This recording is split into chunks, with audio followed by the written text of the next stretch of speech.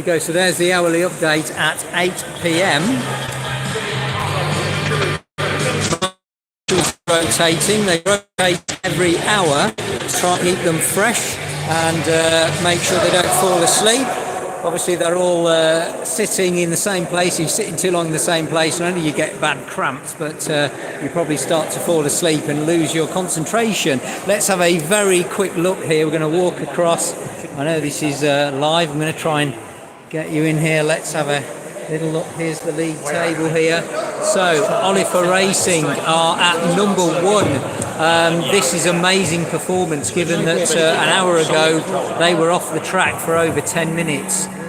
Lowlands directly behind them, trying to get back into the lead position. So 2 very good teams there. Lowlands are actually brand new to the event. They're rookies, so they're not doing too bad at all. And we've got Rockingham, who are in 3rd place. Sorry about the shaky camera. I'm trying to hold a camera and a phone at the same time. So we've got Rockingham in 3rd place, used to being in 3rd place usually. Gap between Lowland, 1st and 2nd, and Oliver is just 10 laps. So there you go. Lots of stuff going on. Loads of people still up on the rostrum. Here we go. Guys are still working hard. Some people are going for around 2 hours stints at a time. Some are doing 1 hour and then taking a break. I was talking to a lot of team members earlier, and when you talk to these guys, they've all got different techniques for making their positions count. Some are on 2 hours at a time, some are on for 1 hour at a time. We did have one very short interlude where the track stopped working. I'm not sure, there was some kind of technical error, not sure what that was, but it did give us a brief moment to have a break and take a closer look at some of the cars, which I will try and upload when I get a moment. We got some really good close-ups, but the cars seem to be running well. Nothing's happened since Oliver came off for about 10 minutes, and I asked the team what that problem was, and it was the controller. They said it was not the car, it was actually the controller.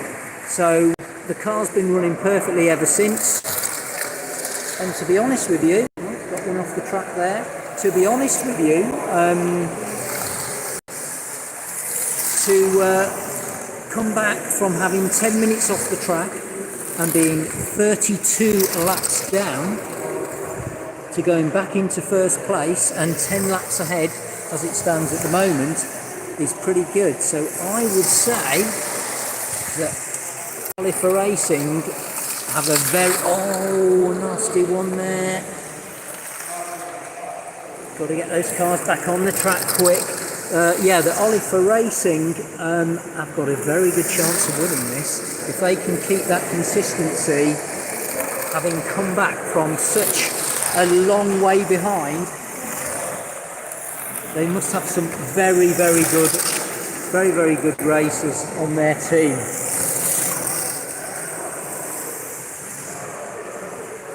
Quickly show you a little bit more footage while I can grab it.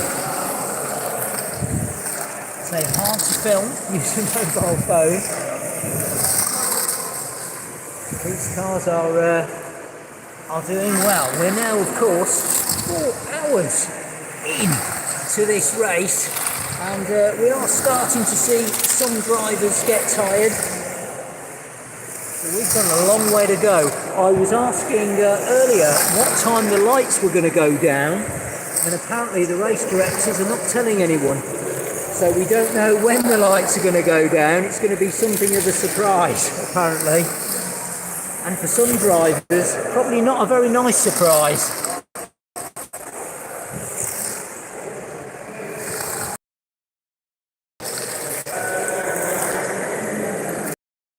One of the big worked hard to get those cars back on the track.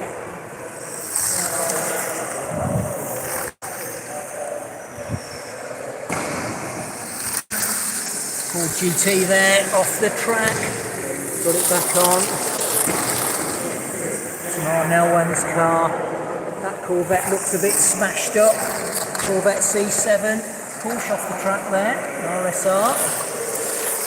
Luckily these guys are quite quick at getting these cars back on the track. This is where you start to see problems.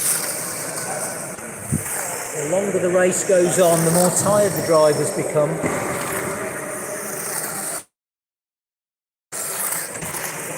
Okay, so I think we're going to sign off now, and we will log back on, hopefully in about an hour's time, give you another update. Oh dear, that Corvette looks absolutely smashed to pieces.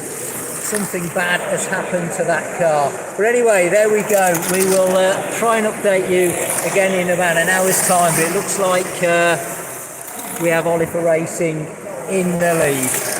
Okay, thank you for watching. We'll catch you very soon.